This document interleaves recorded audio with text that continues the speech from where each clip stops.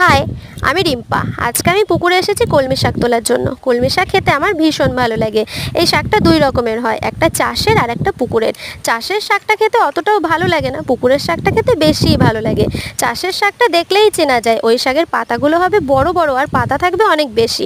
আর যেটা পুকুরের হবে ওই শাকের পাতাগুলো থাকবে ছোট ছোট আর সংখ্যায় অনেক কম থাকবে। আমি আজকে পুকুরে এসে দেখছি জল অনেকটাই বেশি, তাই আমি ঠিকভাবে দাঁড়াতেও পারছিলাম না। অনেক কষ্ট করে আমি ডুবে ডুবেই প্রায় শাকগুলো তুললাম। শাকগুলো তুলে আমি বাড়িতে নিয়ে যাব। বাড়িতে নিয়ে গিয়ে আমার একটা ছোট্ট জমি আছে, সেই জমিতে আমি শাকগুলো চাষ করব।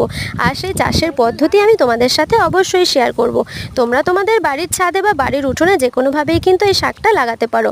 এই শাকটা লাগানোর জন্য বিশেষ কোনো যত্ন লাগে না। আমি কেমন করে লাগাবো সেই ভিডিও যখন শেয়ার করব তোমরা দেখলেই বুঝতে পেরে যাবে। আর তোমরা যারা এখনও আমার চ্যানেলে নতুন আছো তারা কিন্তু অবশ্যই আমার চ্যানেলটা সাবস্ক্রাইব করে দেবে। আর যদি ভিডিও ভালো লাগে লাইক করে দেবে। আজকের মতো চলি, দেখা হচ্ছে পরের ভিডিওতে।